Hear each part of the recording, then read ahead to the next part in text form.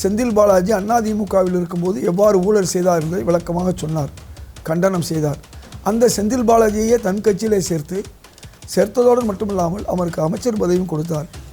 இப்படிப்பட்ட ஒரு சூழலில் குதிரை பேரம் என்ற ஒரு பொய்யை சொன்னார்கள். திராவிட முன்னேற்றக் கழக அரசு எந்த தவறு செய்தாலும் தட்டி கேட்க முடியாத ஒரு சூழலில்தான் அன்றைய கூட்டணி கட்சிகள் இருந்தன.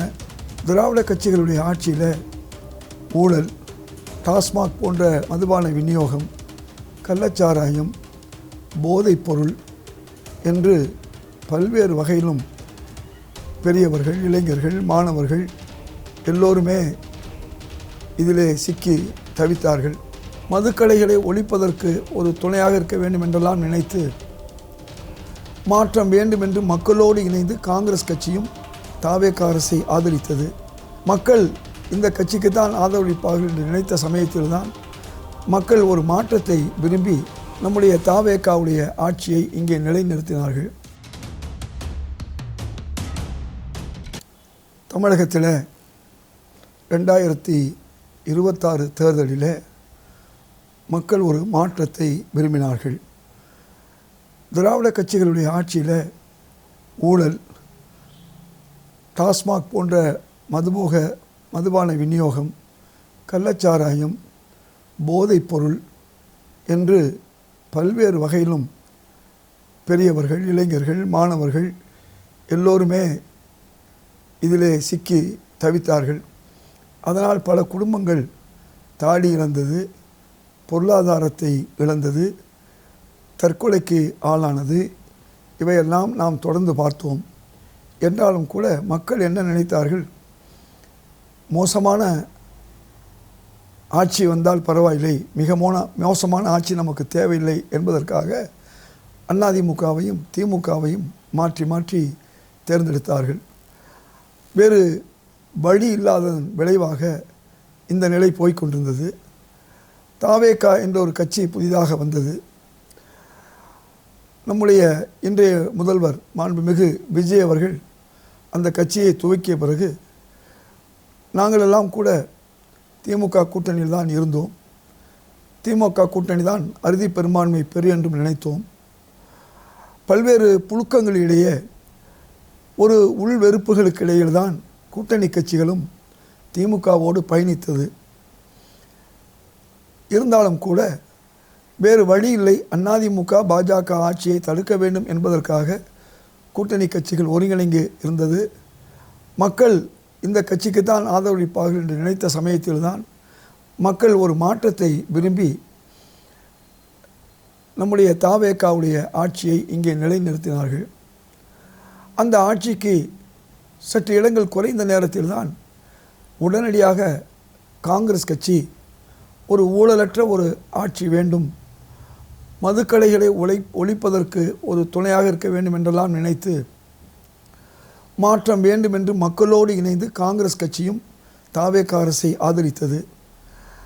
அத்துடன் திராவிட முன்னேற்றக் கழக கூட்டணியில் இருந்து பல்வேறு வகையிலும் புழுங்கி கொண்டிருந்த 6 சீட்டுகள் என்ற இடத்திலே ஒரு சீட்டுகளை பறித்ததனால் கம்யூனிஸ்டுகளும், விசிகா கட்சி அவர்களுக்கு தேவையான இடங்களை கொடுக்காததாலும், ஐயுஎம்எல் கட்சியில் உள்ள 3 இடங்களிலே ஒரு இடங்களை பறித்தது மட்டுமல்லாமல் திராவிட முன்னேற்றக் கழக ஆட்சியில் எந்த விதமான பங்கும் வகிக்க முடியாத ஒரு சூழல், பேருக்கு ஒரு வக்ஃப் வாரியம், அதே போன்று காங்கிரஸ் கட்சியை சேர்ந்த ஒருவருக்கு மைனாரிட்டி கமிஷன் என்று ஒரு விழுக்காடு கூட, அதாவது திராவிட முன்னேற்றக் கழக அரசு எந்த தவறு செய்தாலும் தட்டி கேட்க முடியாத ஒரு சூழலில்தான் அன்றைய கூட்டணி கட்சிகள் இருந்தன.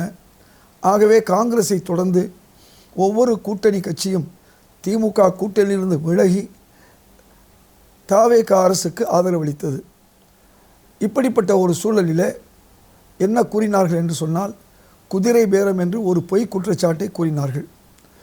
இந்த கட்சிகளெல்லாம் இறையாண்மை உள்ள கட்சிகள், அவர்களால் வேறு கட்சிக்கு செல்ல முடியும். இதற்கு முன்பு பல நேரங்களில் தமிழகத்திலே இது நடந்துள்ளது. இது முன்னாள் முதல்வர் ராஜாஜி அவருடைய காலத்திலிருந்து கட்சிகள் இன்னொரு ஆட்சியை அமைப்பதற்கு துணை போவது என்பது அன்றிலிருந்து துவங்கியது. அதன் பிறகு கட்சி தாவல், கட்சி மாறல் என்பதெல்லாம் தொடர்ந்து இருந்தது.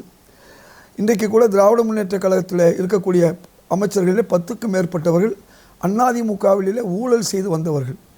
ஒரு சின்ன உதாரணம் சொல்ல வேண்டும் என்று சொன்னால், இன்று பிரச்சனைக்கு ஆளாகி இருக்கக்கூடிய மந்திரி செந்தில் பாலாஜி அவர்கள், முன்னாள் மந்திரி அவர்கள், அவர்களை பற்றி திராவிட முன்னேற்ற கழகத்துடைய தலைவர், முன்னாள் முதல்வர் கரூரிலே போய் செந்தில் பாலாஜி அதிமுகவில் இருக்கும்போது எவ்வாறு ஊழல் செய்தார் என்பதை விளக்கமாக சொன்னார், கண்டனம் செய்தார்.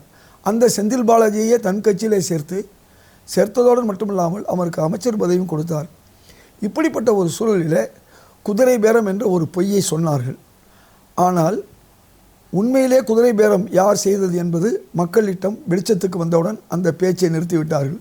இன்று குதிரை பேரத்திற்காக தாவேகாவுடைய கட்சியில் இருக்கக்கூடிய ஒருவரை அழைப்பதற்கு 35 கோடி 50 கோடி என்று டைனோசர் பேரத்தையே இவர்கள் செய்தார்கள் என்று இன்று காவல்துறையிலே மாட்டிக்கொண்டு நீதிமன்ற கூண்டிலே நிற்கிறார்கள். இதுதான் இந்த குதிரை பேர விவகாரம். இன்று உண்மை மக்களுக்கு வெளிச்சம் போட்டு காட்டிவிட்டது. அவர்கள் குதிரை பேரம் என்று இப்பொழுது சொல்வதில்லை. அடுத்தபடியாக புதிய அமைச்சர்கள், இவர்களுக்கு ஒன்றும் தெரியவில்லை, இவர்கள் சரியாக செயல்படவில்லை என்று சொன்னார்கள். இவ்வாறு தான் எம்ஜிஆர் அவர்கள் முதலில் ஆட்சிக்கு வரும்பொழுது அவர் ஒரு நடிகர், அவர் ஒரு மலையாளி, அவருக்கு ஆட்சி நடத்த தெரியவில்லை, ஆட்சியில் இருப்பவர்கள் 4-5 பேரை தவிர இது எல்லாரும் புதியவர்கள் என்றெல்லாம் சொன்னார்கள். அதையும் தவிடுபடியாக்கினது தாவேகா கட்சி. அமைச்சர்கள் எல்லாம் உடனடியாக செயல்பட தொடங்கினார்கள்.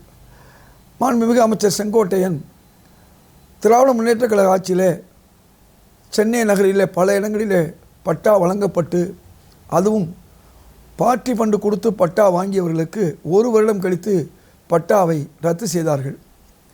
உதாரணமாக பனையூர், பெரும்பாக்கம், சோழிங்கநல்லூர், இப்படி சென்னையிலே பல்வேறு இடங்களிலே. ஆனால் நடந்தது என்ன என்று சொன்னால், மாண்புமிகு அமைச்சர் செங்கோட்டையன் கூறிய பிறகு அவர் உடனடியாக கண் முன்னாலே அழைத்து இதை சரி செய்யுங்கள் என்று சொன்னார். உடனடியாக அரசு நிலம் என்று மாற்றப்பட்ட அந்த பட்டா நிலம் மீண்டும் பழைய நிலைக்கு, அதாவது நம்முடைய கிராம நத்தம் என்ற நிலைக்கு வந்துவிட்டது. இப்பொழுது 3 மாதத்திலே நாங்கள் அனைத்து கிராம நத்தத்திற்கும் பட்டா தருகிறோம் என்று சொன்னார்கள்.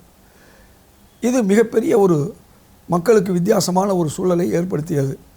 அதே போன்று ஆர்டிஓ அலுவலகத்திலே ஊழல் ஒழிப்பு செய்தார்கள், பல லட்சம் கைப்பற்றப்பட்டது. அதே போன்று நம்முடைய நிலப்பத்திர அலுவலகங்களிலே சென்றார்கள். அங்கே போய் பார்த்தால் அங்கும் ஊழல், பல லட்சம் ரூபாய் கைப்பற்றினார்கள். அங்கேயும் ஊழல் நின்றுவிட்டது.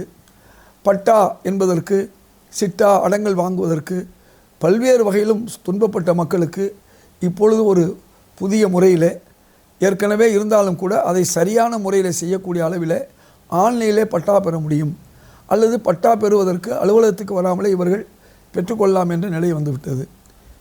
இந்த மாதம் 17ஆம் தேதியிலிருந்து பத்திரப்பதிவுக்குத்தான் தமிழகத்திலே பல லட்சம் ரூபாய்கள் வாங்கப்பட்டது, கோடிக்கணக்கில் அங்கே ஊழல் நடந்தது. இப்பொழுது நீங்கள் ஆன்லைனிலே நீங்கள் பத்திரப்பதிவு செய்து கொள்ளலாம் என்று அந்த துறையும் சரி செய்தார்கள்.